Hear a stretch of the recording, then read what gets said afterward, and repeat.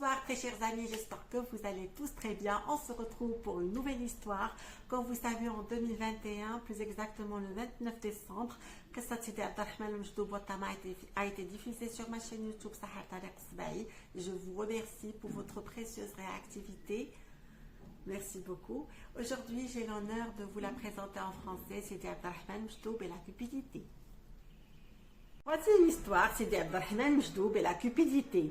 Il était une fois, en des temps très anciens, dans un passé lointain, ma grand-mère me racontait l'histoire du pêcheur Sidi Abdelrahman Mjdoub, un homme pauvre mais heureux, menant une vie simple et douce.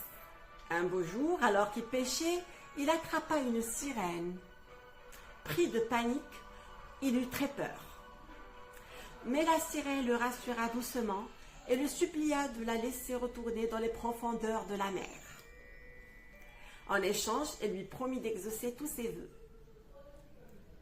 Alors il demanda beaucoup, de l'argent, des palais, des trésors, tout ce que l'on peut imaginer. Et la sirène lui donna tout ce qu'il souhaitait. Mais pris par une avidité insatiable, il retourna la voir pour en demander encore plus. Cette fois, il lui donna une pierre en forme d'œil. Ravi, il courut chez le bijoutier pour la vendre. Le bijoutier pesa la pierre, mais l'aiguille de la balance ne bougea pas d'1 millimètre. Même en imitant tout l'or de sa boutique, la balance resta immobile, comme figée. Étonné, le bijoutier lui dit « Je ne veux plus de cette pierre ». Furieux, le pêcheur se mit à crier. Un vieil homme passait par là.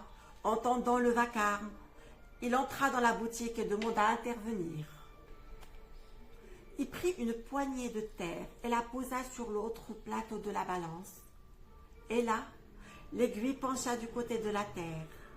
Ainsi, le prix de l'œil de la cupidité n'était autre qu'une poignée de poussière. La morale, l'œil cupide ne se remplit que de terre.